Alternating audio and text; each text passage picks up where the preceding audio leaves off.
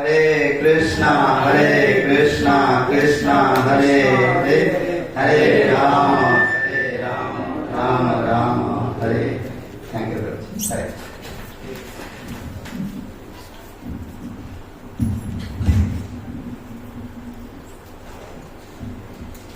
हरे कृष्ण।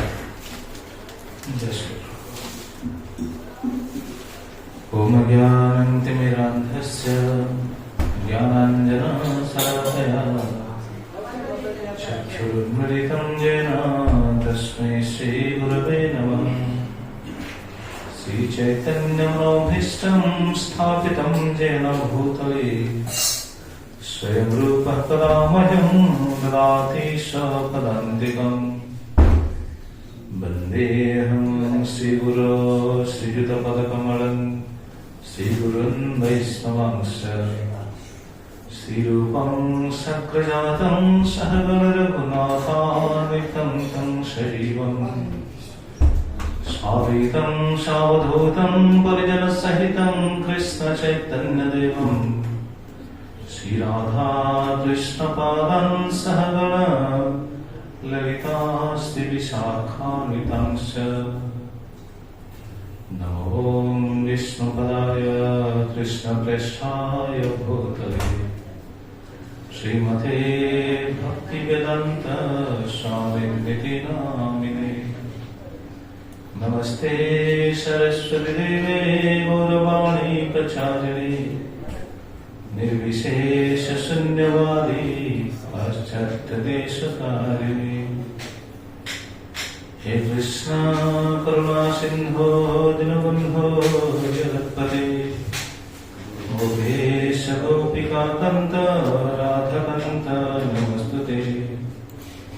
तप्त कंचन गौरांगी राधे वृंदावनेश्वरी वृषभानुसुते देवी प्रणमामि हरिप्रिये। वंशाकल्पतरुभ्यश्च कृपा सिन्धुभ्यैव च पतितानां पावनेभ्यो वैष्णवेभ्यो नमो नमः। नमो महावदनाय कृष्णप्रेमप्रदायते कृष्णाय कृष्णचैतन्य नाम्ने गौरद्विषे नमः। जय श्री कृष्ण चैतन्य प्रभु नित्यानंद श्री अद्वैत गदाधर शिवासादि गौर भक्तवृंद। हरे कृष्ण कृष्ण कृष्ण हरे हरे हरे राम राम राम हरे हरे।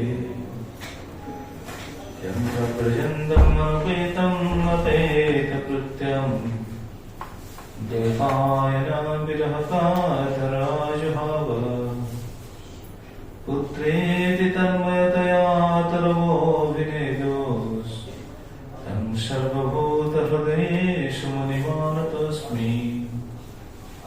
नारायणं नमस्कृत्यं नरं चैव नरोत्तमं देवीं सरस्वतीं व्यासं ततो जयमुदीरये। वेदे रामायणश्चैव पुराणे भारते तथा आदौ चन्ते च मध्ये च हरिः सर्वत्र गीयते।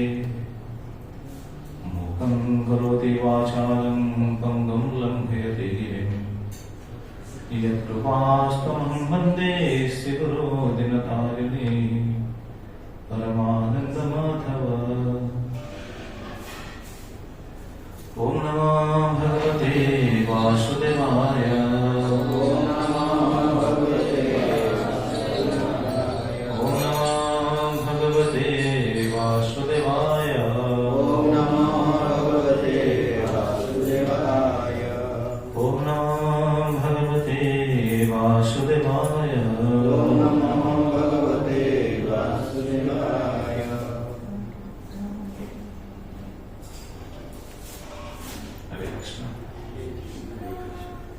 सबसे पहले श्री प्रभुपाद तथा समस्त साधु गुरु वैश्वाचार्य चरण कमल पर प्रणाम करते हुए प्रभु श्री श्री राधा गोपाल कृष्ण श्री श्री जगन्नाथ बलदेव सुभद्रा महारानी श्री श्री गोविंदताई श्री श्री कृष्णचंद्र भगवान के महती कृपा से तथा समस्त भक्तों को प्रणाम करते हुए श्रीमद् भागवतम कथा कीर्तन करने के लिए अपने आप को समर्पित करता हूँ। श्रीमद् भागवतम का एक बहुत गुरुत्वपूर्ण प्रसंग हम श्रवण करने के लिए प्रयास कर रहे हैं। कैसे जय विजय इस जगत को आए हैं और वो कौन से रूप में आए हैं। भगवान की पार्षद है, भगवान के द्वारपाल है, लेकिन उनको असुर स्वभाव विशिष्ट होकर इस जगत को आना पड़ा। तो ये बहुत सुंदर शिक्षा भागवतम में हमको मिलता है। भागवतम से सारी जन समाज के लिए ये बहुत सुंदर शिक्षा है। सुखदेव गोस्वामी ये बात को बता रहे हैं और ये चर्चा हो रहा था विदुर और मैत्रेय के बीच। महात्मा विदुर जो जिज्ञासा कर रहे हैं, उनकी जिज्ञासा के आधार पर मैत्रेय मुनि ये बात बता रहे हैं, जिसको सुखदेव गोस्वामी रिले करते हैं और हम सुखदेव गोस्वामी के माध्यम से हमको ये सुनने का अवसर मिल रहा है, जो कि स्वयं व्यासदेव भी वर्णन किए हैं भागवतम में। तो विदुर जब गए थे हरिद्वार में मैत्रेय मुनि से मिले, मैत्रेय मुनि के श्रीमुख से उनको बहुत सारा भगवान की लीला के बारे में सुनने का अवसर प्राप्त हुआ। और जब वराह भगवान के बारे में उन्होंने श्रवण किया, श्रवण करने के बाद उन्होंने फिर प्रश्न कर रहे हैं। कल हम ये बात सुन रहे थे, न च अतितृप्त विदुर धृत व्रता। विदुर तृप्त नहीं हो पा रहे हैं, क्योंकि वराह भगवान के बारे में जो जब बताते हैं, बताया मैत्रेय मुनि ने, उस संक्षेप में बता दिया। इसलिए उन्होंने पूछा, ठीक है, आपने तो बता दिया कि भगवान कैसे सुपर रूप धारण किए थे, वराह रूप धारण किए थे, पृथ्वी को उत्तोलन किए थे और हिरण्यक्ष के समक्ष प्रकट होकर हिरण्यक्ष को युद्ध में परास्त किए, निहत किए। लेकिन मेरा मन में ये प्रश्न आ रहा है, भगवान तो त्रिगुण से परे हैं, भगवान क्यों युद्ध किए हैं? युद्ध करना, ये क्रोध में आवेश होकर युद्ध करना, ये तो तीन गुण के अंदर जो रहते हैं उनका ये काम है। भगवान तो ऐसा नहीं है। भगवान के अंदर ऐसा क्रोध क्यों आया, क्यों ऐसा युद्ध किए? इसके बारे में उनका ये जिज्ञासा था। तस्य च उद्धरत क्षोणिं स्वदंष्ट्रेण लीलया दैत्य राजस्य च ब्रह्मन् कस्मात् हेतुर अवत् मूर्धा। आपने तो बता दिया कि भगवान अपने क्या बोलते हैं, दंताक्र से पृथ्वी को उत्तोलन किया, लेकिन वो दैत्यराज के साथ युद्ध क्यों किया? इसके बारे में मुझे विस्तार से वर्णन कीजिए। जब ये बात पूछने लगे, उस समय मैत्रेय मुनि विदुर को प्रशंसा करते हुए ये बात बता रहे हैं। साधु वीर दया पृष्ठम अवतारम कथम हरे जब तुम पृच्छसि मर्त्यानां मृत्यु पाश विषादने। आप जो ये बात पूछ रहे हो, जिज्ञासा कर रहे हो, ये वास्तविक ये जगत के कल्याण के कारण ही है, क्योंकि इससे जगत का कल्याण ही होगा। क्योंकि यहाँ भगवान के अवतार के बारे में जानकारी मिलेगा और जो ये बात को सुनेगा उनको ये फल मिलेगा। कौन सा फल मिलेगा? कल हम चर्चा कर रहे थे, मृत्यु पाश विषादने। मैत्रेय मुनि ये बात बताते हैं, ये मृत्यु पास में हम जो बिल्कुल फंस गए हैं अनादिकाल से, ये पास से हमको छुटकारा मिल जाएगा। भगवान की लीला, भगवान की कथा, भगवान की अवतार की कथा ये जब श्रवण करेगा जी, तो उनका ये बंधन कम हो जाएगा और छुटकारा मिल जाएगा। ये बात का पुष्ट हो रहा है। यहाँ हम कथा को विश्राम देते हैं कल, और आज उससे आगे हम चर्चा करेंगे। तो मैत्री मुनि बताते हैं कि मृत्यु पाश विषादनी, अगर भगवान की कथा को कोई सुनेगा, ये लीला के बारे में अगर कोई श्रवण करेगा, तो ये मृत्यु संसार से उनको छुटकारा मिल जाएगा। तो इस बात को पुष्ट करने के लिए तवैव दर्शयति, इस बात को पुष्ट करते हैं। श्री विश्वनाथ चक्रवर्ती ठाकुर उनकी टीका में ये बात बताते हैं, हरि कथैव जगत उद्धारकारिणी इति अत्र प्रमाणम आह।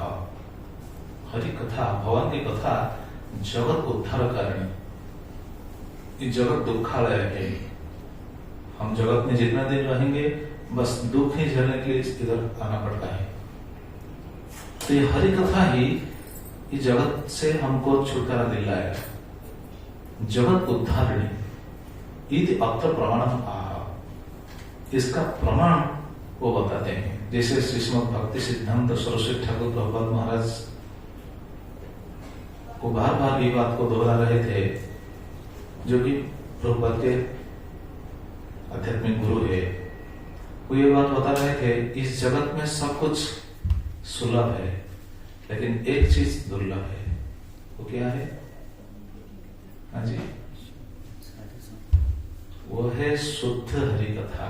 हरि कथा दुर्लभ नहीं, हरि कथा तो सुलभ है, बहुत जगह पर हरि कथा होता है, लेकिन शुद्ध हरि कथा, शुद्ध हरि कथा मतलब वो अपने मन के हिसाब से कथा, ये नहीं जो आचार्य लोग जो बताते हैं। हम कथा, हमारा कोई योग्यता नहीं है, हम कथा नहीं कर पाएंगे, हम क्या कहेंगे? हमारा बस एक ही काम है, to follow the footprints of our previous acharyas. Hindi में क्या बोलते हैं? हमारा पूर्व आचार्यों का पदांक का अनुसरण करना। बस वो जो बात बताकर चले गए हैं उनकी बात को दोहराना, बस ये हमारा काम है और दूसरा कोई काम नहीं है। अगर हम अपने मन में जो आ रहा है इसको अगर बोल देंगे, ये सही तरीका नहीं है। आचार्य लोग जो बताते हैं इससे जगत का कल्याण होगा। ये बात मैं नहीं कह रहा हूं, ये कौन कह रहे हैं? भक्ति सिद्धांत सरस्वती ठाकुर प्रभुपाद महाराज, जो प्रभुपाद के गुरु है। तो इसका पुष्ट यहां हो रहा है। देखिए क्या बताते हैं, भगवान का की कथा, भगवान की लीला अगर कोई सुनता है तो क्या होता है? ये मृत्युपाश विषादन कैसे, एक उदाहरण के माध्यम से प्रस्तुत कर रहे हैं। जयोत्तनपदः पुत्रो मुनिना गीतार्भकः मृत्यो कृत्येव मृत्युघ्निम् आरुरोहो हरे पदम्। इसका उदाहरण देते हुए वो बताते हैं, जय उत्तनपद पुत्रो, उत्तनपद के पुत्र कौन है? ध्रुव। उत्तनपद के पुत्र ध्रुव, ध्रुव कितना कठोर तपस्या किए थे, सही भक्तों को शायद मालूम होगा कितना कठोर तपस्या किए थे। कितने दिन में वो भगवान को प्राप्त कर लिए? 6 मंथ, 6 महीने में वो भगवान को साक्षात दर्शन प्राप्त कर लिए। मतलब कितना कठोर तपस्या था उनका। लेकिन इधर क्या बताते हैं, देखिए ध्रुव महाराज भगवान को पाने के लिए सक्षम हो गए, भगवान को पा लिए। उसके पीछे क्या कारण था? उनका तपस्या नहीं, उनका तपस्या नहीं, गुरु का, अच्छा गुरु का कारण था। क्या गुरु का क्या कारण था? गुरु का कैसा हाथ था? शुद्ध भक्त का दर्शन। अच्छा दर्शन, नारद मुनि। अच्छा नारद मुनि, ठीक है, नारद मुनि का दर्शन। अच्छा नारद मुनि का दर्शन तो कंस भी किया था।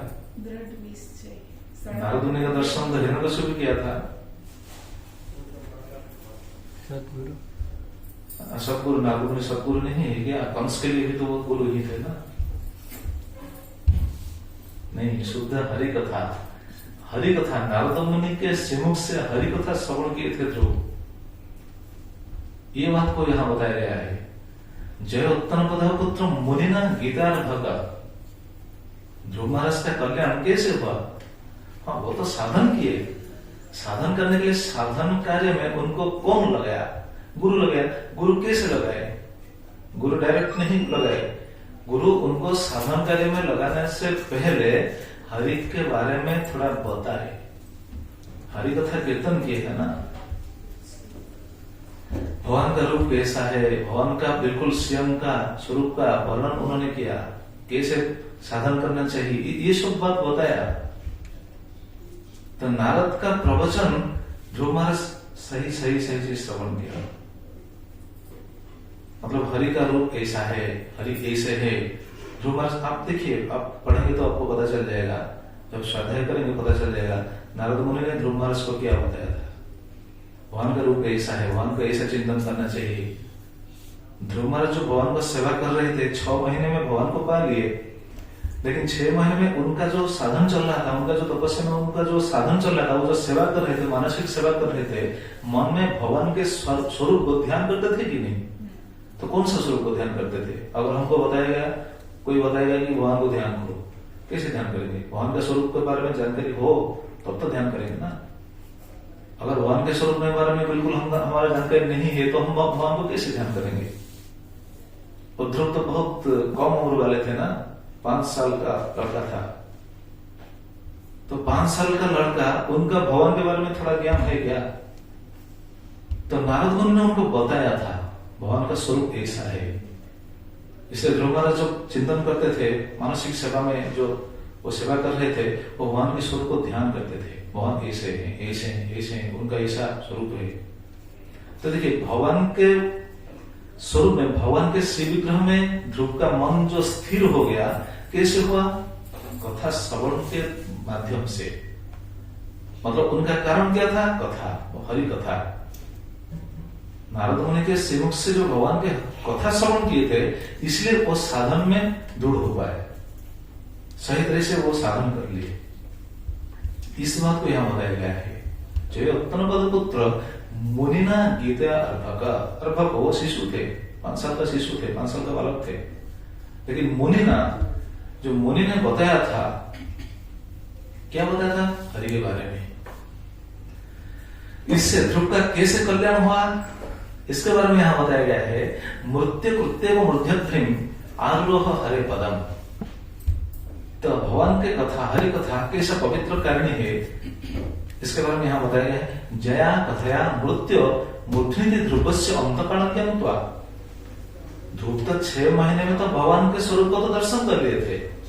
भगवान के स्वरूप, अच्छा जरा सोचिए, ध्रुव महाराज भगवान को दर्शन किए थे, किधर दर्शन किए थे? ध्रुव महाराज भगवान को दर्शन किए थे, अपने समक्ष दर्शन किए थे ना, सामने दर्शन किए थे ना, है कि नहीं? ये सही है या गलत है? सही है। लेकिन इससे पहले भी वो दर्शन किए थे, ये तो सही है। अपने समक्ष तो भगवान को दर्शन कर रहे थे ध्रुव महाराज, लेकिन उससे पहले भी ध्रुव महाराज भगवान को दर्शन कर रहे थे। किधर? अपने अंदर, अपने अंदर दर्शन कर रहे थे। जब अंदर, मतलब अंतर से भगवान अंतर्हित हो गए, वो विचलित होकर चक्षु को उन्मीलन कर दिए, बेचैन हो गए। अरे भगवान क्यों मुझे दर्शन, मेरे दर्शन में क्यों नहीं आ रहे हैं? तो ऐसे बेचैन होकर जब चक्षु खोले, तब देखे भगवान साक्षात सामने खड़े। तो देखिए, भगवान का स्वरूप का जो उनका ध्यान, इतना गहरा ध्यान था, ये श्रवण के माध्यम से हुआ ना। गुरु तो मंत्र दिए हैं, ठीक है, गुरु का काम क्या है, साधु का काम क्या है? बस मंत्र दे देना? नहीं, मंत्र देते हैं, और वो मंत्र को कैसे पुष्ट किया जाए, इसके लिए गुरु और साधु क्या करते हैं? भगवान की कथा कीर्तन करते हैं, ताकि भक्त सही तरह से वो साधन को पकड़ पाए। हमारा बहुत ज्ञान हो सकता है, लेकिन जब तक हम नहीं सुनेंगे, तब हमारा साधन में दृढ़ भाव नहीं आएगा।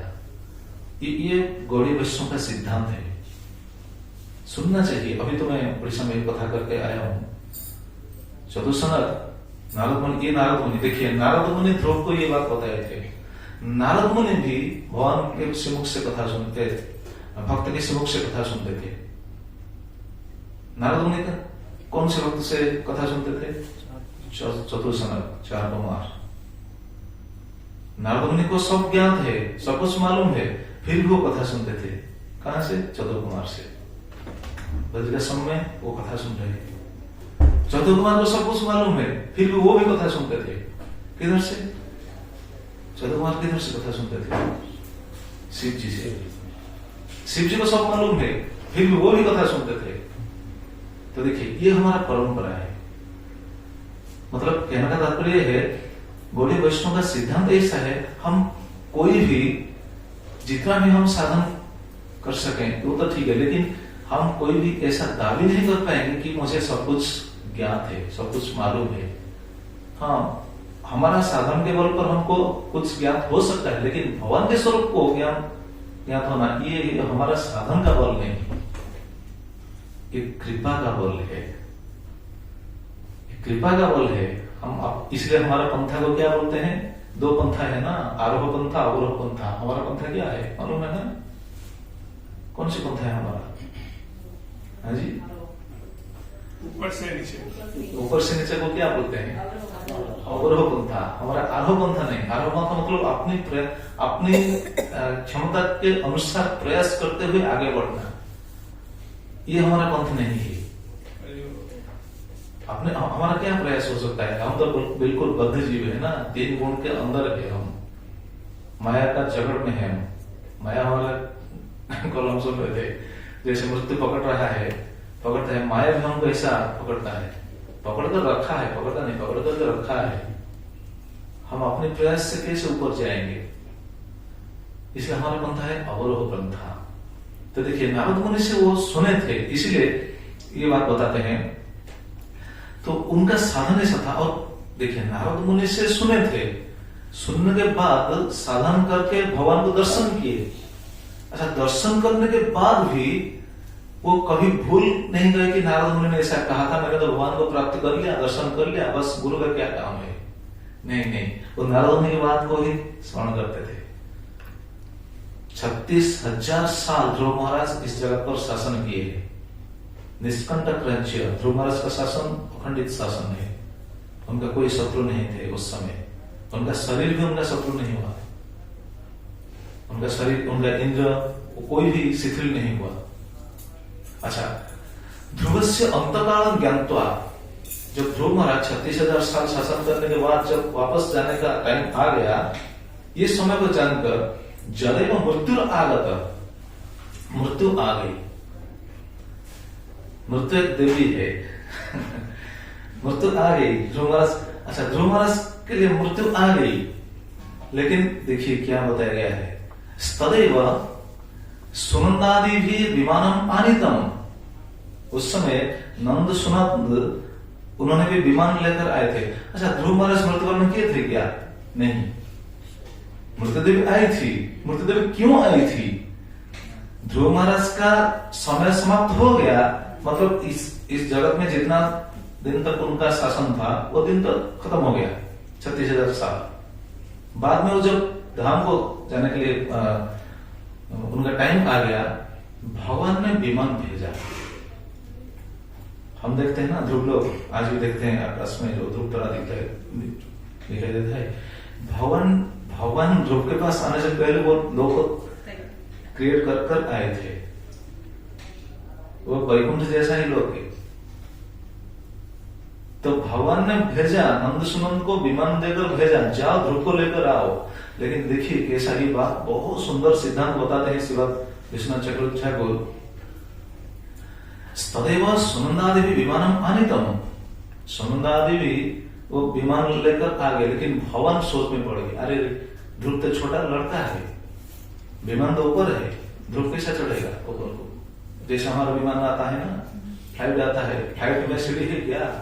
सीढ़ी तो दूसरा जाकर लगता है ना, है कि नहीं? तो सीढ़ी तो फ्लाइट में नहीं है, वो तो दूसरा जाकर लगता है। तो वो जो विमान आया है उसके लिए फ्लाइट कहां से आएगा? एयरपोर्ट से जाएगा? कौन सा सीढ़ी जाएगा? सीढ़ी बोलता हूं, कौन सा सीढ़ी जाकर लगेगा उस विमान पर? बाहरी एयरपोर्ट से या फिर वो कहां से जाएगा? वो सीढ़ी कहां से लिया जाएगा? तो भगवान का ये देखिए, भगवान का चिंतन क्या है। भगवान सोचने लगे, अरे मैं तो ध्रुव को लाने के लिए तो विमान को भेज दिया, लेकिन ध्रुव तो छोटा लड़का है, वो विमान के ऊपर कैसे आरूढ़ हो पाएगा?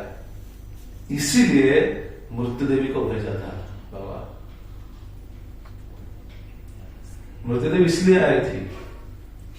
मृत्यु देवता या देवी मालूम है क्या है? हाँ, वो तो देवता। आपने बताया कि देवी है, नहीं तो हम तो मृत्यु देवता ही मानते हैं। हम तो जानते ही हैं, हाँ, यमराज है। मृत्यु देवता। ये आपने बताया तो वो अच्छा, मुंह से निकल गया इसलिए आप पकड़ लिए। मृत्यु देवी सुनिए, मृत्यु कैसे प्रकट हुए थे आज मैं बता रहा था, सुनेंगे। तो ये टीका में से हमको बहुत सारा चीज पता चलता है। इसलिए मैं कहा था कि हम जो सुनते हैं अपनी मन से जो आएगा ये नहीं, शास्त्र में जैसा वर्णन है, आचार्य लोग जितना टीका बताते हैं, टीका सब क्यों लिखे हैं, ये तो भगवान का आस्वादन है। आप ये प्रसंग को शायद पढ़े होंगे, लेकिन टीका में से कितना बात पता चलता है देखिए। तो मृत्युदेव आए, देखिए क्या बताते हैं विश्वनाथ ठाकुर, तदैव सुनंदादि भी विमानितम आनितम, विमानम आनितम, विमान लेकर आ गए हैं। आरोढ़ ध्रुव सोपान अन्वेषण, ध्रुव महाराज कैसे ऊपर आरूढ़ होंगे, इसलिए वो सोपान अन्वेषण कर रहे हैं, मतलब सीढ़ी ढूंढ रहे हैं, कैसे मैं ऊपर जाऊंगा। वो तो छोटे लड़के थे, हालांकि उस समय छोटा लड़का नहीं थे, 36,000 साल बीत गया था, लेकिन उनका उम्र बीतने के बाद भी उनका शरीर वैसा ही था, वो वृद्धत्व प्राप्त नहीं हुए थे, वो बिल्कुल सक्षम थे। 36,000 साल बीत गया था, अब पढ़िए पता चलेगा, वो बिल्कुल सक्षम थे, मतलब बिल्कुल युवक ही थे, कौन सा इंद्रिय भी उनका शिथिल नहीं हुआ था। तो सोच रहे मैं विमान के ऊपर कैसे जाऊं, वो ऐसे सोच रहे थे उस समय। देखिए मृत्यु अवस्थित दृष्टवा, मृत्यु को देखे वहां अवस्थित है। मृत्यु आकर क्या कर रही थी उस समय, मृत्यु देवी आकर ध्रुव महाराज को प्रार्थना कर रही थी, हे ध्रुव जी मुझे स्वीकार कीजिए। मृत्यु देवी आकर भक्त के पास ऐसा प्रणाम कर स्वीकार करने के लिए प्रार्थना कर रहे हैं। देखिए ये मृत्यु काम करता है किसके किसके इंगित से, भगवान के इंगित से। भगवान गीता में बताया है ना, नहीं वो तो ठीक है। और एक है मृत्यु सबको हर्ष हम, मैं मृत्यु के रूप में आकर सब कुछ हरण करके ले जाऊंगा, मतलब ये मृत्यु भगवान का अधीन है, भगवान के इंगित से ही मृत्यु कार्य करता है। तो मृत्यु आकर वहां पर अवस्थित होकर प्रार्थना करता है। अच्छा क्या बोलते हैं, देखिए ध्रुव को क्या बोलते हैं, हमको मृत्यु ऐसा नहीं बोलेगा। मृत्यु आकर हमारा केस पकड़ करके लेकर जाएगा, चलो क्यों, क्योंकि हम भगवान का भजन नहीं करते हैं, भक्ति नहीं करते हैं। जो भक्ति करते हैं शुद्ध हो जाते हैं, उनके पास मृत्यु आकर ऐसा काम करेगा। क्या बोलते हैं मृत्यु देवी, देखिए मृत्यु अवस्थित दृष्टवा, मृत्यु को ध्रुव महाराज देखे। अच्छा मृत्यु देवी क्या बोल रहे हैं, भद्रम ईदम जातम मिति, मृत्यु देवी बोल रहे हैं भद्रम आपका कल्याण हो। मृत्यु कभी किसी को आशीर्वाद दें, ये हो सकता है? कल्याण ये तो सोचने वाली बात है। विश्वनाथ जगत में लिखे आपका कल्याण, भद्रम, भद्रम का मतलब ये है ना। और दूसरा भी भाव है, हे ध्रुव आप मुझे स्वीकार कीजिए, मुझे कृतार्थ कीजिए। मृत्यु आकर ऐसे हमको बोलेगा मुझे कृतार्थ कीजिए, हमारा केस पकड़ते हुए घसीटते हुए लेकर जाएगा, चलो चलो संसार में आसक्त होकर यहाँ बहुत आसक्ति हुआ, चलो। लेकिन देखिए भद्रम, मृत्यु किसी के पास भी अपना क्या बोलते हैं कार्पण्य प्रकाश नहीं करते हैं, क्योंकि मृत्यु का काम ऐसा है। अगर मृत्यु के पास अगर दया कार्पण्य कृपा क्या बोलते हैं दया भाव, अगर मृत्यु के पास दया भाव आ जाएगा तो जगत में क्या होगा, जरा सोचिए। एग्जैक्टली अगर मृत्यु को दया भाव आ गया तो जगत में तो कोई नहीं मरेगा। लेकिन ये दया नहीं, ये दया और नीचे, दया से और नीचे, मतलब कितना प्रार्थना कर रहे आप मुझे स्वीकार कीजिए, भद्रम आपका कल्याण हो, आप मुझे स्वीकार कीजिए। मृत्यु क्या है, मृत्युदेव कैसे प्रकट हुए थे, मैं आज ये सोच रहा था, ये सुनिए महाभारत में ऐसा वर्णन है। मृत्यु क्या है, हम जब शरीर हमको छोड़ना पड़ता है, इसको तो हम मृत्यु कहते हैं ना। पितामह को युधिष्ठिर महाराज ने ये जिज्ञासा किए थे, पितामह मतलब पितामह भीष्म, पितामह भीष्म को युधिष्ठिर महाराज जिज्ञासा किए थे, ये महाभारत शांति पर्व में, महाभारत शांति पर्व का 256 अध्याय में ये वर्णन है। 256, 257, 256, 257, 2 चैप्टर, 3 चैप्टर में ये बात बताया गया है। तो युधिष्ठिर महाराज क्या पूछते हैं, देखिए, मृता शब्द, मृता इति च शब्दोयं वर्तत्येषु गतासुषु तत्र में संशय जात कुतः संज्ञा मृता इति।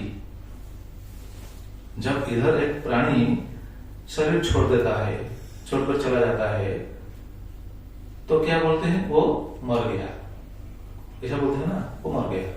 तो मृता, ये जो शब्द, तत्र में संशय जातो, हे पितामह मेरे ये संशय आ रहा है, कुतः संज्ञा मृता इति, ये मृत, ये जो संज्ञा, ये जो डेफिनेशन, ये जो नाम उनको क्यों मिला मृत? ये व्यक्ति मर गए, हम तो बोलते हैं शरीर छोड़ दिए, और ये शरीर छोड़ दिए, ये बात बताते हैं सिर्फ भक्तों के लिए। और बाहर देखिए, जो भक्त नहीं है वो क्या बोलते हैं, वो व्यक्ति मर गए, मृत्यु शरण हो गए। हाँ, लेकिन भक्त क्या करते हैं, भक्त शरीर छोड़ते हैं। मर गए मतलब एक दूसरा कोई उनको मारा, इसलिए मर गया, है कि नहीं? भक्त को कोई मार नहीं सकता, भक्त शरीर छोड़ते हैं। ये सबका कैसा सिद्धांत देखिए। तो ये बताते हैं, पूछ रहे हैं युधिष्ठिर महाराज, कुतः संज्ञा मृता इति, इसको मृत्यु नाम क्यों दिया गया? और जो मृत्यु बोलते हैं, देखिए दूसरा प्रश्न पूछते हैं, कस्य मृत्यु कुतो मृत्यु केन मृत्यु इह प्रजा हरत्यमर शंका स तन्मे ब्रूहि पितामह। हे पितामह, आप मुझे बताइए, मृत्यु, हम जो मृत्यु बोलते हैं, कस्य मृत्यु, किसका मृत्यु होता है? मृत्यु किसका होता है? बॉडी का, आत्मा का तो मृत्यु नहीं है ना। तो कस्य मृत्यु कुतो मृत्यु, किसके द्वारा ये मृत्यु होता है? मृत्यु जो होता है, जीवात्मा जब छोड़कर चला जाता है, हमको ये मृत्यु हम कहते हैं, लेकिन किसके द्वारा ये मृत्यु होता है, कैसे छोड़ता है? जैसे रामचरितमानस में ऐसा वर्णन है, देखिए संसार का कैसा विचित्र विधान है, भगवान का कैसा विचित्र विधान है। जीवात्मा का स्वरूप कैसा है? जीवात्मा का स्वरूप कैसा है, आकार कैसा है? केशाग्र शतभागस्य शतधा कल्पितस्य च, मतलब जीवात्मा का आकार केश के अग्रभाग के 10,000 भाग में एक, 10,000 भाग से एक भाग है जीवात्मा का आकार। कितना सूक्ष्म है। अच्छा, ये शरीर के अंदर है, शरीर के अंदर तो है। अच्छा, शरीर में हम देखते हैं कितना द्वार है? 9 द्वार है। 9 द्वार, ये 9 द्वार दिखाई देता है कि नहीं? 2 आंख, 2 कान, 2 नाक, मुंह, मल मूत्र द्वार, ये 2। तो ये जो 9 द्वार ये दिखाई देता है। अच्छा, आत्मा कितना सूक्ष्म है, बहुत सूक्ष्म है।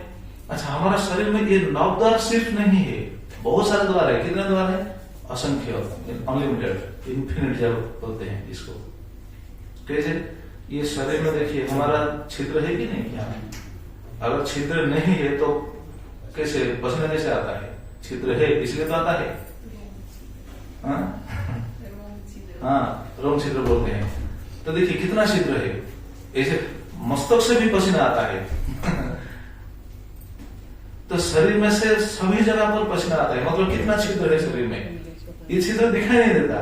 तो वो जितना भी सूक्ष्म छिद्र हो, लेकिन आत्मा तो उस सूत्र में, इस छिद्र में तो चला जा सकता है ना। रामचरितमानस में ऐसा वर्णन है, देखिए आत्मा इस शरीर में बंदी होकर रहा है, बंदी होकर, बिल्कुल बंदी है ना, तो बंदी होकर रहता है।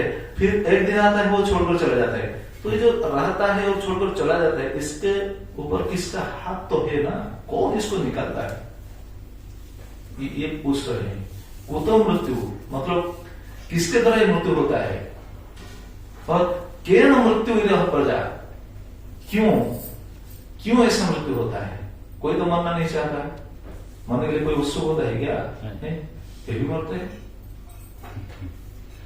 दूरत्य मरण संकाश, हरत्य मरण संकाश तन्मय ब्रूहि पितामह। ये मृत्यु क्या करता है? प्राण को अपहरण करता है। प्राण लेकर चला जाता है, जहां हम बोलते हैं पितामह मुझे बताइए, मृत्यु के बारे में बताइए। देखिए मृत्यु कहने का तात्पर्य क्या है, मृत्यु किसी के पास भी अपने दैन्यता प्रकाश नहीं करेगी, जितना दैन्यता प्रकाश कर रहे हैं ध्रुव महाराज के पास। हरि बोल। तो ध्रुव महाराज के पास इतना दैन्यता प्रकाश कर रहे हैं। अच्छा, मृत्यु के बारे में जब युधिष्ठिर महाराज ऐसे जिज्ञासा किए तब पितामह भीष्म ने बताया। देखिए हमारा जैसे किताब में वर्णन है, होता होता प्रलय, बार बार तेज सृष्टि होता है, प्रलय होता है, फिर सृष्टि होता है, फिर प्रलय होता है। तो एक बार ब्रह्मा ने जब सृष्टि किए, सृष्टि करने के बाद ब्रह्मा को तो ये दायित्व दिया गया है सृष्टि कीजिए। ब्रह्मा ने जब सृष्टि किए, सृष्टि करने के बाद जीव संख्या बहुत बढ़ गए। सृष्टि करने से पहले भी उनको तपस्या करना पड़ा, ये तो आपको मालूम है। तपस्या करने के बाद भगवान को उन्होंने साक्षात दर्शन किया और भगवान के कृपा से, भगवान के द्वारा दिया गया ज्ञान के आधार पर उन्होंने सृष्टि किया। लेकिन जब सृष्टि किए, सृष्टि करने के बाद क्या हुआ ये बात बताते हैं। कैसे ये बात क्यों आया है, इसके बारे में एक लीला बताते हैं पितामह भीष्म। प्राचीन काल में एक सत्य युग में एक राजा थे, अकंपन राजा। राजा का नाम था अकंपन। वो अकंपन राजा क्षत्रिय लोग का तो ऐसा कार्य होता है, वो तो दूसरे राज्यों पर आक्रमण करते हैं अपनी सीमा को बढ़ाने के लिए, ये तो उनका काम है। तो दूसरे देश का राजा आकर अकंपन राज्य को आक्रमण किया और बहुत जोर से लड़ाई हुआ, युद्ध हुआ। और इस युद्ध में राजा परास्त हो गए, अकंपन राजा परास्त हो गए और शत्रु राजा के द्वारा वो बंदी हो गए। अच्छा, वो तो बंदी हो गए, लेकिन उनका एक बहुत दुखद स्थिति आया, क्योंकि उनका पुत्र, अकंपन राजा का पुत्र का नाम था हरि, वो इस युद्ध में मृत्युवरण किए, वो शरीर छोड़ दिए। जब राजा ने शरीर छोड़ दिए उस समय, राजा के पुत्र ने जब शरीर छोड़ दिए, राजा बहुत शोकग्रस्त हो गए। और इस समय उनका शोक को दूर करने के लिए, दुख को दूर करने के लिए नारद मुनि आकर पहुंचे। अकंपन राजा के पास नारद मुनि आकर पहुंचे और उनका दुख निवारण करने के लिए इस बात को बताए। कौन सी बात को? मृत्यु कैसे सृष्टि हुआ, मृत्यु कैसे प्रकट हुई। हम बोलते हैं मृत्यु जीव मर जाता है, लेकिन कौन इसका मतलब क्या बोलते हैं, मतलब कौन आकर जीव को मारते हैं, कौन लेकर जाते हैं, इसके बारे में पूछ रहे हैं।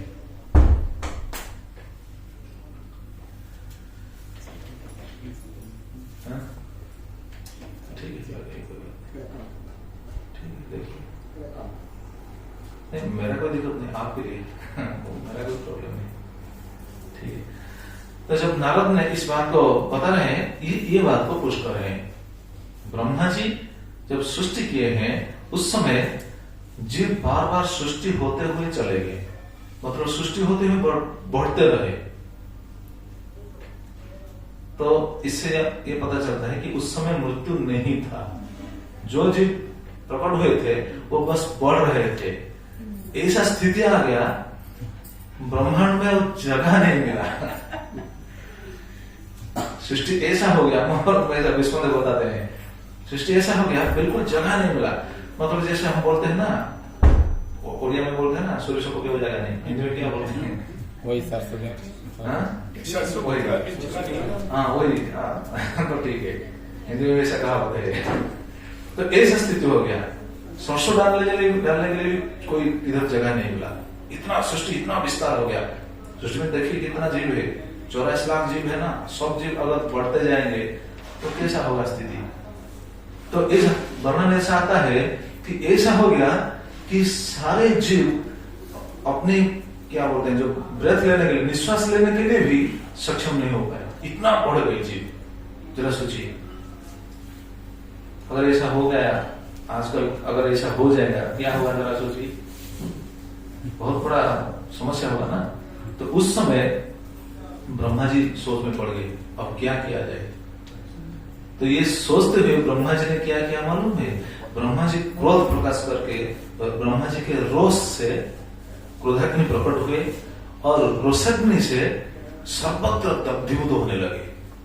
मतलब ब्रह्मा जी क्रोध प्रकाश करके सभी जीवों को, सारे जीवों को दग्धीभूत करने लगे। अच्छा, ये ठीक है या गलत है? जरा आप आपके दिमाग में सोच कर बताइए। ब्रह्मा जी सृष्टि किए थे और स्वयं दग्धीभूत करने लगे सभी जीवों को, ये ठीक है? ठीक है ब्रह्मा जी, ठीक है। उनका अधिकार है, उनका अधिकार तो है, इसलिए तो मैं पूछ रहा हूँ। उनका तो अधिकार है ना, उन्होंने सृष्टि किए थे। आपने अगर एक बिल्डिंग को आपने कंस्ट्रक्ट किए हैं और बाद में इच्छा है ठीक है तोड़ देंगे, गलत क्या है? आपने बनाया था, आपने तोड़ दिया, गलत क्या है इसमें? वो तो निर्जीव है ना। अच्छा, ये तो जीव है। हाँ, ये जीव बात का है। तो अपना खुद का भी कुछ होता है ना। एग्जैक्टली। लेकिन ब्रह्मा जी का सोच ऐसा आया, ब्रह्मा जी सोच में पड़ गए, क्योंकि वो तो सृष्टि करता है ना। जब सृष्टि में ऐसा स्थिति आ गया तो बहुत सोच कर ब्रह्मा जी ने सबको विनाश करने लगे। उस समय शिव जी ने आकर ब्रह्मा जी को समझाया, ये बात ही समझाया कि प्रभु आप तो सृष्टा है, आप सृष्टि करने के लिए आपको भगवान ने ये अधिकार दिए हैं, विनाश करने के लिए अधिकार तो आपको नहीं दिए हैं। आप सृष्टि करते हैं, विनाश करता कौन है? शिव जी बोल रहे हैं आप सृष्टि करता है, विनाश करता कौन? विनाश करता आप नहीं, मैं संहार नहीं करूंगा। हाँ, मेरा डिपार्टमेंट है। आप क्यों संहार करते हैं? आप ही जीव है, आप पितामह है, आप पिता है ब्रह्मा, तो आप क्यों ऐसा विनाश करते हैं? तो सृष्टा होकर ऐसा विनाश कार्य करना ये ठीक नहीं है। उस समय ब्रह्मा जी ने ये समस्या को बताया, देखो मैं अपने मन के हिसाब से मतलब क्या बोलते हैं, मन में फिर से काम नहीं कर रहा हूं, लेकिन अभी स्थिति क्या है, सृष्टि बिल्कुल बहुत बढ़ गया है, तो मैं भार को कमा रहा हूं। जो भार हो गया ना, बहुत जो हो गया, ये भार को कमा रहा हूं। उस समय शिव जी ने उनको आश्वासन दिया। शिव ने बताया ठीक है, आप ये जो काम कर रहे हैं ठीक है, लेकिन काम कीजिए, वो जिनको विनाश कर रही है तो बिल्कुल नष्ट हो जाते हैं। आप एक काम कीजिए, जीव को जो भी विनाश होते हैं, विनाश होंगे फिर जन्म लेंगे, विनाश होंगे फिर, मतलब ये जो जन्म मृत्यु चक्र आप सृष्टि कर दीजिए। तो जन्म मृत्यु चक्र सृष्टि कर दीजिए, मतलब सारे जीव अगर विनाश हो जाएंगे, हो जाएंगे ना, तो उनको फिर से जन्म लीजिए। जन्म लेने के लिए आप ऐसा कुछ विधान कीजिए, वो जीव फिर से जन्म लेंगे, फिर मरेंगे, फिर जन्म लेंगे, फिर मरेंगे, ऐसा चक्र सृष्टि कर दीजिए। ये शिव जी ने ब्रह्मा जी को ये बात बता दिया। हाँ, शिव जी बहुत विद्वान है ना। क्यों विद्वान है शिव जी? क्यों विद्वान है मालूम है इसको? क्यों? भगवान के बाद हाँ जी, हमेशा भागवत पढ़ते थे। हाँ वो तो है, परम वैष्णव है ना, भगवान का भक्त है शिव जी। शिव जी भगवान के भक्त है। शिव जी सब हर समय शिव जी का मुख से क्या आता है? भगवान का नाम ही आता है। भगवान का नाम शिव जी करते हैं ना। शिव जी का काम क्या है? बस भगवान को ध्यान करना, भगवान का नाम करना, भागवत पढ़ना, भागवत सुनना, भागवत कहना, भागवत सुनना, बस उनका ये काम है। इसलिए वो ऐकांतिक स्थान ढूंढते हैं। देखिए शिव जी कहाँ रहते हैं? कैलाश में। इधर भी हम देखते हैं शिव जी जो जो जगह पर रहते हैं सब एकांत स्थान है। स्मशान में कोई ऐसा स्थान है जिसको ढूंढने में मुश्किल हो जाएगा। उड़ीसा में ऐसा स्थान है ना, गुप्तेश्वर को गया है, जानते हैं प्रभु जी? गुप्तेश्वर एक जगह है, मालूम है किसको? मालूम है? हाँ जी, उड़ीसा में एक जगह है गुप्तेश्वर। हाँ, कोरापुट डिस्ट्रिक्ट में, बिल्कुल बहुत अंदर है। अच्छा, कौन गए थे? उड़ीसा के लोग है क्या? कृष्ण बोल रहे गोपाल बोल रहा है।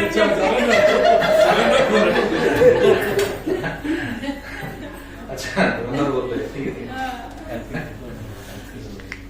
तो ये अच्छा क्या बोल रहे थे? हाँ, शिव जी ऐसे उनको समझाए कि ऐसा करना सही नहीं है। आप जन्म मृत्यु का एक आवर्तन सृष्टि कर दीजिए, तो जीव बार बार जन्म होंगे, मृत्युवरण करेंगे। इससे क्या होगा? ये जगत में जो इतना जीव जो बढ़ते जा रहे हैं, ये थोड़ा क्या बोलते हैं, संतुलन हो जाएंगे। तो एक सिस्टम आ जाएगा, बस संतुलित हो जाएंगे। कुछ समय ऐसा जब शिव जी ने बताया, ब्रह्मा जी ने इस बात को स्वीकार किए।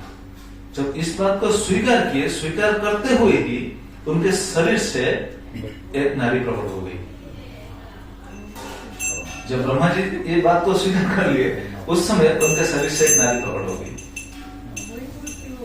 हाँ, देखिए वो प्रकट हो गई, तो उनका नाम क्या, किसको तो मालूम नहीं है ना। तो प्रकट होगी, प्रकट होने के बाद देखिए वो नारी वो पूछ रही है, तामा वो प्रकट होकर चले जा रहे, तामा हुया तदा देव लोकानां आदिरीश्वर मृत्यो इति महिपाल जहि चेमा प्रजा इति। ये बात कौन किसको बता रहे हैं, याद होना चाहिए, नारद मुनि ने ये बात बता रहे हैं किसको, राजा अकम्पन को, कि ब्रह्मा जी ने ऐसा मृत्यु देवी को सृष्टि किया था। ताम आहुय तदा देव, उस समय ब्रह्मा जी ने उस देवी को बुलाया, हे देवी आप किधर जा रहे हो, आइए आइए, मैंने आपको प्रकट किया है, आइए आपका काम है। अच्छा, कौन बुलाए, लोकानाम आदिरीश्वर, जो लोगों के आदिरीश्वर ब्रह्मा जी है, उन्होंने बुलाया। और कैसे नाम से बुलाया, मृत्यु इति, मृत्यु नाम से उनको बुलाया, हे मृत्यु देवी आप आइए। और क्या करिए, जहि च इमा प्रजा इति, इस प्रजा को, जितने प्रजा सब बढ़ गए है ना, ये प्रजा का सब विनाश कीजिए, मारिए, प्रजा को मारिए। आविशेषेण चैवत्तं प्रजा संहार कामिनी ममत्वं हि नियोगेन अस्य परमवाप्स्यसि। ब्रह्मा जी ने उनको आदेश दिया कि आविशेषण देवी चैवत्वं, अच्छा ये प्रभु है, मैं चाहता हूँ तो शब्द अच्छा ठीक है। आविशेषण चैवत्वं प्रजा संहार कामिनी, मैं ये आदेश आपको दे रहा हूं कि प्रजा संहार कामिनी, आप इच्छा के अनुसार प्रजा को संहार कीजिए। मतलब जो प्रजा संहार होगा वो फिर जन्म लेकर फिर आएगा, तो ये साइकिल चलते हो जाएगा और सृष्टि में जीव भी ठीक हो जाएंगे। तो ये मैं आदेश दे रहा हूं, ममत्वं हि नियोगेन, मैं आपको ये कार्य में नियुक्त करता हूं, इस कार्य करते हुए ही आपका कल्याण होगा, श्रेय परम अवाप्स्यसि, आपका बहुत कल्याण होगा। अगर हमको ऐसा कोई आदेश मिलेगा कि आप जाइए सभी लोग को मारिए, आपका कल्याण होगा, आप उठाइए, कौन कौन राजी होंगे, एक दिन जाएंगे, नहीं होगा, कल्याण होगा ना, कल्याण होगा, अर्जुन की तरह कल्याण होगा तो जाएंगे। अच्छा, फिर भी वो राजी नहीं हुई, क्यों राजी नहीं हुई, देखिए ये तो ठीक है कल्याण होगा इसलिए तो हम जाएंगे, लेकिन जरा सोचिए, हम जिसको मारेंगे उनके परिवार के लोग हमको गाली करेंगे क्यों, क्या कल्याण होगा। और जीव को हनन करना ये तो ठीक नहीं है, लेकिन मृत्यु का काम तो ऐसा है, उनको ये आदेश दिया गया है।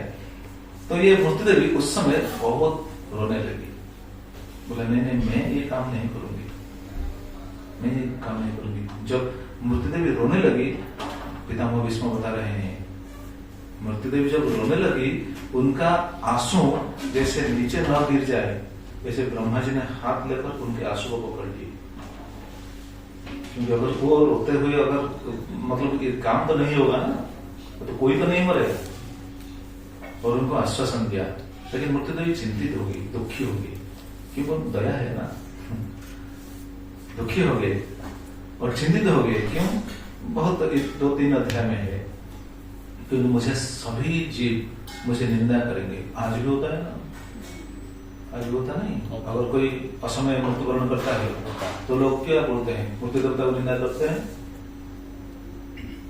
वो मृत्यु देवी बोली नहीं, मुझे सब निंदा करेंगे, मैं ऐसा नहीं करूंगी। ऐसा बोलते हुए वो ब्रह्मा जी के बात को नकारते हुए वो चली गई। जाकर देखिए वो कहां जाएगी, जाकर घोर तपस्या की, क्योंकि उनको शांति नहीं मिल रही थी। घोर तपस्या की और घोर तपस्या करने के बाद फिर उनके मन में थोड़ा आश्वासन, उनको थोड़ा आश्वस्त हुआ और ब्रह्मा जी शिव जी दोनों जाकर फिर मृत्यु देवी से जाकर बोले कि देखो तुम्हारा ये तुम्हारा सेवा है, ये तुम्हारा सेवा है, ये भगवान की इच्छा है। भगवान की इच्छा को पूर्ण करने के लिए तुम जीव को हनन करो, जीव को मृत्यु दंड दो। मतलब ये जो बात हम बोल रहे थे, जीवात्मा इतना सुख में अंदर है, हम तो अगर चाहेंगे तो रख देंगे ना, नहीं रख पाएंगे। तो ये मृत्यु देवी आकर पकड़ कर ले जाता है। कब लेता है? इसलिए ब्रह्मा जी ने उनको बताया ठीक है तुम सभी जीवों को मारोगे, लेकिन कैसे मारोगे? उनके कर्मफल के हिसाब से, उनके कर्मफल के हिसाब से, अपने इच्छा से नहीं। तो मृत्यु भी हम इसलिए कथा में ऐसा वर्णन है, अब भगवान तो खुद बताते हैं जातो श्री ध्रुव मूर्ति ध्रुवम जन्म मुहूर्त, जो जन्म लिया है उनका मृत्यु निश्चित है। लेकिन कब है, कैसा है, ये भी वर्णन है। युधिष्ठिर महाराज को पितामह भीष्म बताते हैं। तो जो लोग इधर हमको ये पता चलता है कि मृत्यु देवी और इधर आकर ध्रुव महाराज के पास बैठकर क्या बोलते हैं, भद्रम आपका मंगल हो और मुझे अंगीकार करने से मैं भी कृतार्थ हो जाऊंगी। मृत्यु देवी का एक काम आज तक अधूरा है। वो बहुत सारे जीव को क्या बोलते हैं, दंड देते हैं, मृत्यु दंड देते हैं, लेकिन मृत्यु देवी का एक अभिलाष है, वो अभिलाष पूर्ण आज तक नहीं हुई। क्या मालूम है? जैसे ध्रुव महाराज के पास तो पूर्ण हुआ था, मृत्यु देवी आज तक केवल एक ही काम पर वो क्या बोलते हैं, उनका आशा है, मुझे ऐसा कब मिलेगा, क्या मिलेगा? शुद्ध भक्त की शरण रज। मृत्यु देवी ये बात ये उनका खटक रही, कब मुझे मिलेगा, कब मुझे मिलेगा। शुद्ध भक्त का चरण रज उनको नहीं मिलता, क्योंकि शुद्ध भक्ता देखिए, शुद्ध भक्त का शरीर तो इधर रह जाता है, आत्मा वो तो भगवान का धाम चला जाता है। मृत्यु देवी का काम क्या है? शुद्ध भक्त इधर रह जाते हैं कि नहीं?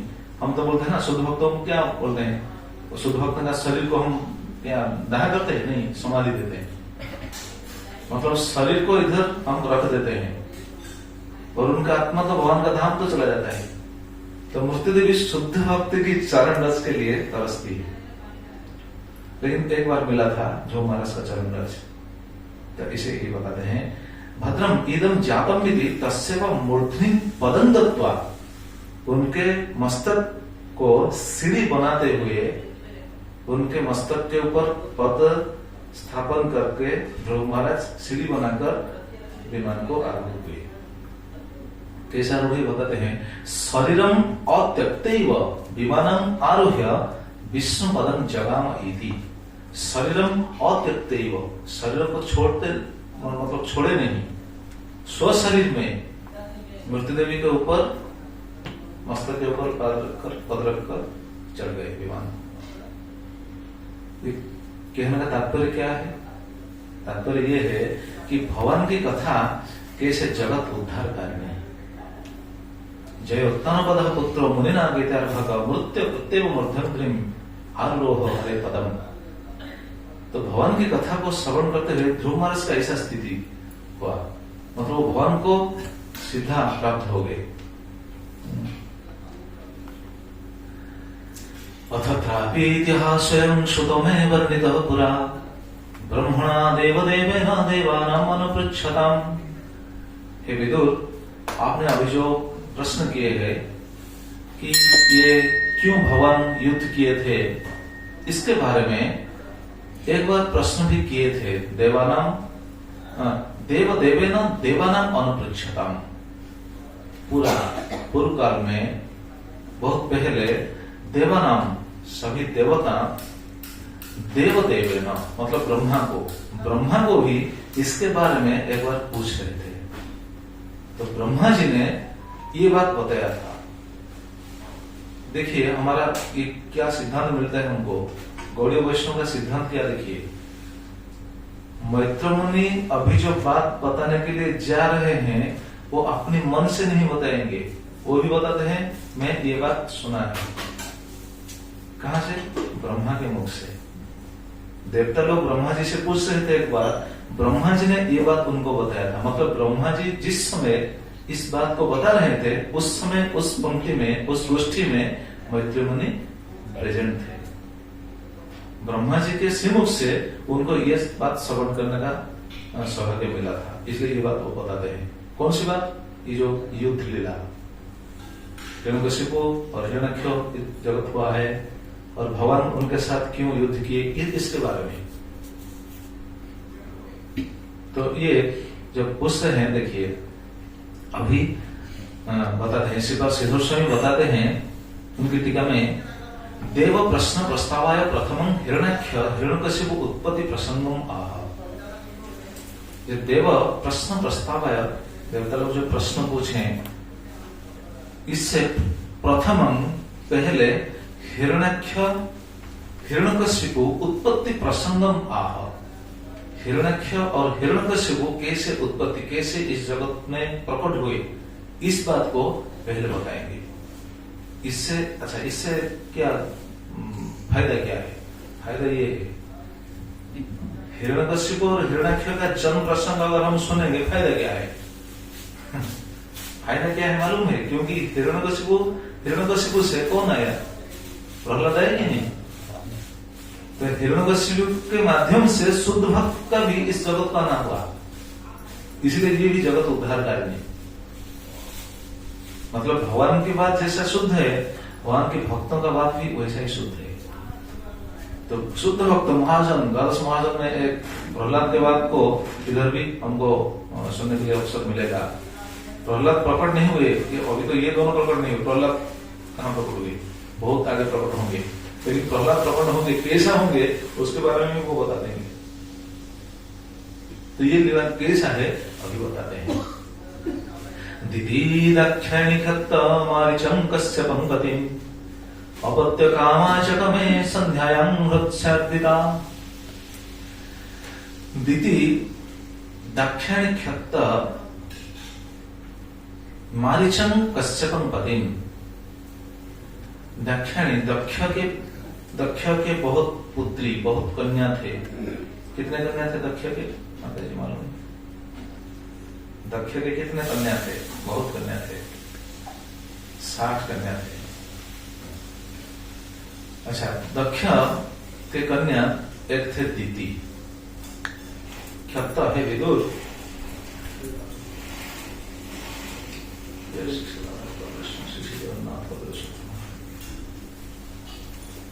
मारीचं कश्यपं पति। दिति किनको शादी किए थे? मारीच। मारीच मतलब मरीचि के पुत्र। मरीचि के पुत्र है कश्यप। कश्यप को उन्होंने विवाह किए थे, दिति ने कश्यप को विवाह किए थे। अच्छा, अपत्य कामाचक में संध्या नृत्य अर्पिता। लेकिन उन्होंने एक दिन अपने पति के समक्ष जाकर पुत्र प्राप्त करने के लिए निवेदन किया, क्योंकि दिति का एक मन में खेद था। खेद समझते हैं ना? खेद मतलब दुख, संस्कृत में खेद कहते हैं। खेद। अच्छा, दिति के मन में एक खेद था। क्या खेद था? क्योंकि कश्यप दक्ष के जो 60 कन्या थे, उनमें से 13 कन्या को कश्यप ने शादी किए थे, विवाह किए थे। और दिति के मन में क्या खेद था? क्योंकि ये जो 13 कन्या में से 12 कन्या 12 कन्या वो संतान प्राप्त कर चुके थे, सिर्फ दिति ही उनको संतान नहीं मिला था। इसलिए उन्होंने निवेदन कर रहे हैं, अपत्य कामाचक में संध्या नृत्य अर्पिता। एक आचार्य गिरधरलाल उनकी टीका बाल प्रबोधिनी में ऐसा बताते हैं, संध्या ये निषिद्धत्वात्, संध्या समय में ये निवेदन करना ये निषिद्ध है। अजुक्तत्वं सूचयति, ये अजुक्ति है, ये जुक्ति नहीं है, ये ठीक नहीं है, लेकिन ये ज्यादा बोलते हैं। तथा भी हेतु क्यों ऐसा बोलते हैं? न हृदय अर्पिता, हृदय में बहुत उनका कामना बहुत है। काम से न पीड़ित इत्यर्थ, वो काम में पीड़ित होकर जाकर अपने पति से निवेदन कर रहे हैं। अच्छा, काम में क्यों पीड़ित है? तत्र हेतु माह अपत्यम कामिति, क्योंकि उनको पुत्र चाहिए, उनको संतान चाहिए। देखिए, ये दीदी जाकर संध्या समय में जाकर ऐसा बोल रहे हैं। अच्छा, संध्या समय तो साधारण जीव का भी ऐसा भावना नहीं आएगा, दीदी का कैसा आया? भगवान की इच्छा है, क्योंकि भगवान ऐसा अपने निज पार्षद के माध्यम से हमको थोड़ा शिक्षा भी देंगे और लीला भी होगा, जय विजय भी आएंगे। ये भगवान की इच्छा है, और हमको भी शिक्षा देंगे, जगतवासी के लिए भी शिक्षा रखेंगे। जैसे कहावत श्रील प्रभुपाद बताते हैं, घर में जब सास बोलते हैं ना, सास बहू, सास अपनी बहू को कैसे उनको ठीक करता है मालूम है? सास को कौन सास हो गए? अब तो कम है, कोई सास नहीं, सब बहू है अभी। अच्छा लेकिन एक दिन तो सास हो गए ना, है कि नहीं? जब सास हो गए तो बहू को कैसे ठीक करेंगे? डायरेक्ट ठीक कर पाएंगे? बिल्कुल नहीं। डायरेक्ट करेंगे बहुत मुश्किल हो जाएगा। हाँ, अपनी बेटी के माध्यम से बहू को ठीक करेंगे। सास का ये काम है, बेटी को दिखाकर वो बहू को ठीक करने की कोशिश करेगी। बहू का कोई दोष नहीं है, सॉरी, बेटी का कोई दोष नहीं है, लेकिन बहू का दोष बेटी को आरोपित करते हुए वो समझाने की कोशिश करेगी। इसी तरह भगवान हमको जो शिक्षा देंगे, कैसे शिक्षा देंगे? अपने निज पार्षद के माध्यम से। तो ये ऐसा ही समझना चाहिए। तो कश्यप देखिए, कश्यप का काम कैसा है, और दीति भी ऐसा नहीं है कि दीति आम नारी जैसा है, साधारण नारी नहीं। कश्यप सभी समय ध्यान में रहते थे, और जिस समय ध्यान भी टूटता था उस समय दीदी को भी भगवान की कथा कहते थे, वो भी प्रवचन करते थे। सभी उनकी सभी पत्नियां कथा सुनते थे। तो उनके अंदर ऐसा कामना क्यों आया? ये भगवान की इच्छा है, बस ऐसा समझ लेना चाहिए। अच्छा, कैसा फिर स्थान कैसा है? कौन से स्थान में जाकर ये बात बताते हैं? पूछ रहे हैं स्थान कैसा है, समय कैसा है, ये बताते हैं। इष्टग्नि जिह्वं पैसा पुरुषं जज संपतिं निम्रोचित काशिनम् अज्ञागारे समाहितम्। कश्यप ने अपने यज्ञशाला में, वो तो रोज यज्ञ करते थे, क्योंकि ब्राह्मण का काम है वो हवन करेगा, यज्ञ करेगा। आजकल तो ये सब दिखाई नहीं देता है, आजकल कोई नहीं कर भी नहीं पाएगा, कोई आजकल क्या यज्ञ कर पाएगा? इसलिए कौन सी यज्ञ को भी आजकल सैंक्शन नहीं किया गया है कल युग में, सिर्फ एक यज्ञ ही करना चाहिए। वो क्या है? हरे कृष्णा कृष्णा कृष्णा कृष्णा हरे हरे, हरे राम राम राम हरे। बस यही यज्ञ है जो भी स्वयं भगवान ने आदत के यज्ञों को सैंक्शन किए, नाम यज्ञ, बस संकीर्तन यज्ञ। तो ये यज्ञ करके बैठे हैं। कैसे यज्ञ? इष्टग्नि जिह्वं पयसा, यज्ञ में, यज्ञ कुंड में पयसा, पायस हिंदी में क्या बोलते हैं?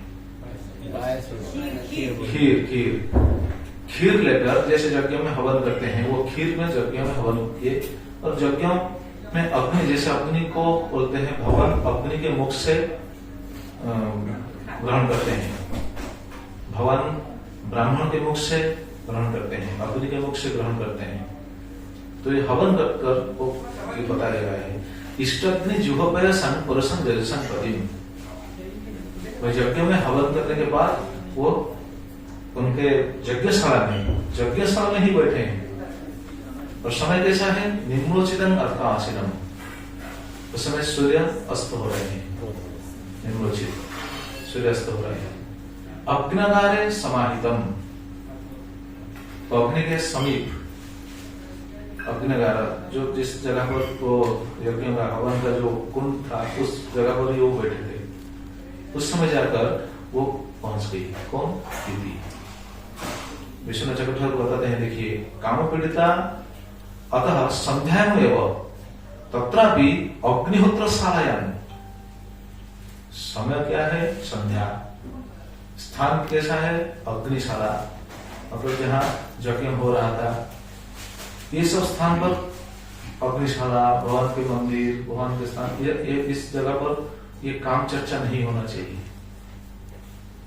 ये शास्त्र का वर्णन हमेशा करते हैं, लेकिन आजकल जो देखा जाता है कि बिल्कुल नहीं होना चाहिए, ऐसा भावना भी नहीं रखना चाहिए, भगवान प्रसन्न नहीं होंगे। जैसे प्रभुपाद, आपको मालूम होगा,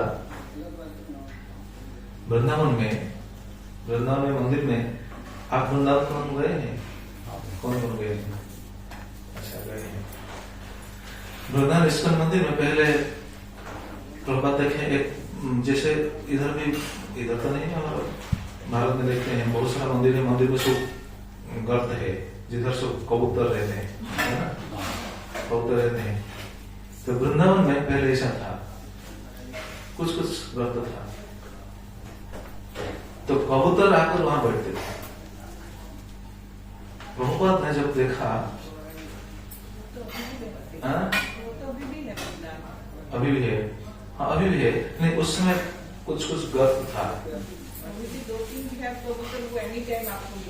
हाँ, तो प्रभुपाद ने उस समय डिवोटीज को आदेश दिया, नहीं वो गर्त को बंद कर दो, तो कबूतर को यहाँ रहना नहीं चाहिए। सभी डिवोटी सोच में पड़ता है, प्रभुपाद ऐसे क्यों बोल रहे हैं? प्रभुपाद बताए नहीं, ये सही नहीं है, वैदिक सिद्धांत नहीं है। क्योंकि अगर कोई आएगा तो देखेगा तो उनका चित्त क्या होगा? वो तो कृष्ण को स्मरण नहीं कर पाएगा, इसलिए कबूतर को यहाँ से हटाओ। कर्मकांड में ऐसा है, मंदिर में ऐसा चित्र भी होता है, ये तो दूसरी बात है, लेकिन भक्ति कर्मकांड से बहुत ऊपर है ना। वैदिक सिद्धांत, वैदिक जो वेद में जितना वर्णन है, भक्ति वो बहुत ऊपर है। तो ये स्थान क्या था? अग्निहोत्रशालायां। तत्रापि, उस स्थान पर कश्यप कैसे थे? तत्रापि समाहिता कुत समाधि, समाधि के स्तर पर थे, समाधि थे, समाधि में थे। सावधान अंतःकरण भूत्वा इष्टं भगवंतं ध्यायति इति। समाधि का मतलब ये, सावधान अंतःकरण योग, सावधानता सहकारे, सावधानता अवलंबन करते हुए अंतःकरण को बिल्कुल भगवान के ऊपर स्थिर करते हुए बिल्कुल समाधि अवस्था में थे। इष्टं भगवंतं ध्यायति इति। इष्टं अपना भगवान के स्वरूप को ध्यान करते थे, आराध्य के स्वरूप को ध्यान करते थे। यह समाधि उस अवस्था में थे, और उस समय जाकर दीदी बोले, संध्या समय में जाकर ये बात बोलते। संध्या का मतलब जो संधि समय है, इसलिए कथा को विश्राम देंगे, टाइम हो गया। एक कथा कहते हुए कथा को विश्राम देंगे। संध्या काल में कुछ कार्य करना वर्जित है, मालूम है क्या क्या वर्जित है?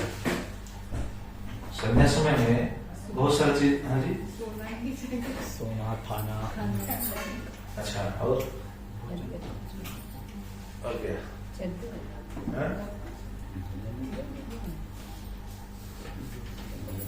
मतलब भागवत में पढ़े ये कथा से कि यौन संबंध नहीं होना चाहिए संध्या।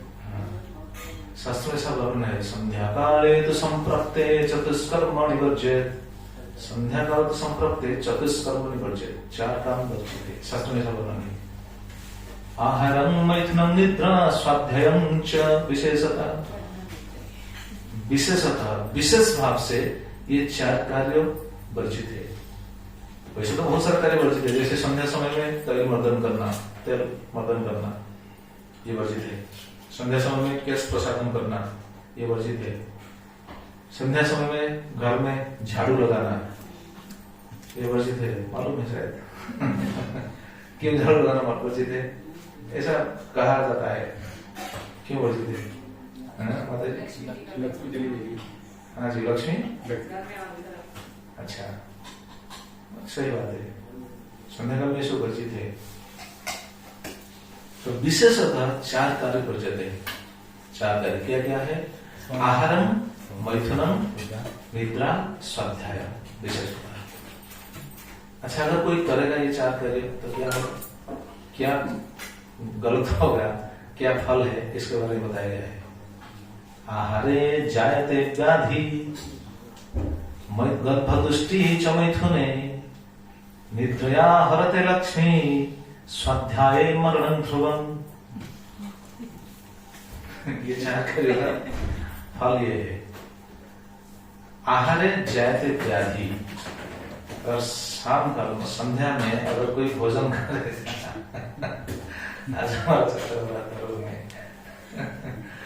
संध्या में रात को भी अगर हम भोजन करेंगे तो व्याधि होगा। रात को हम क्या करते हैं, सोते हैं कि नहीं, सोते हैं कि नहीं? हम खाते हैं प्रभु।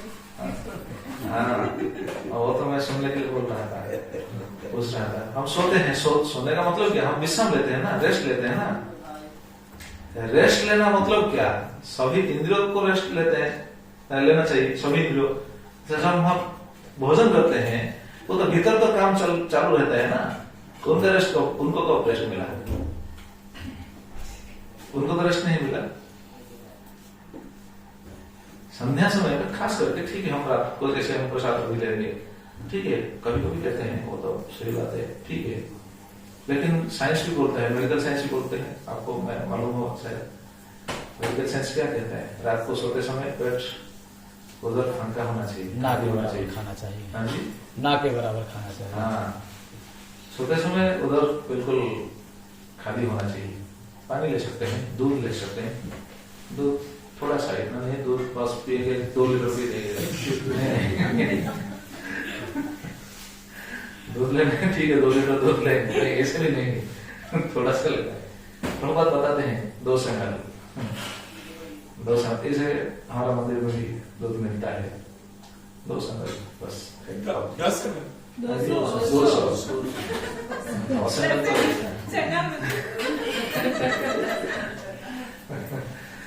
250 में ऐसा लेना ठीक है। तो ये मना किया गया है।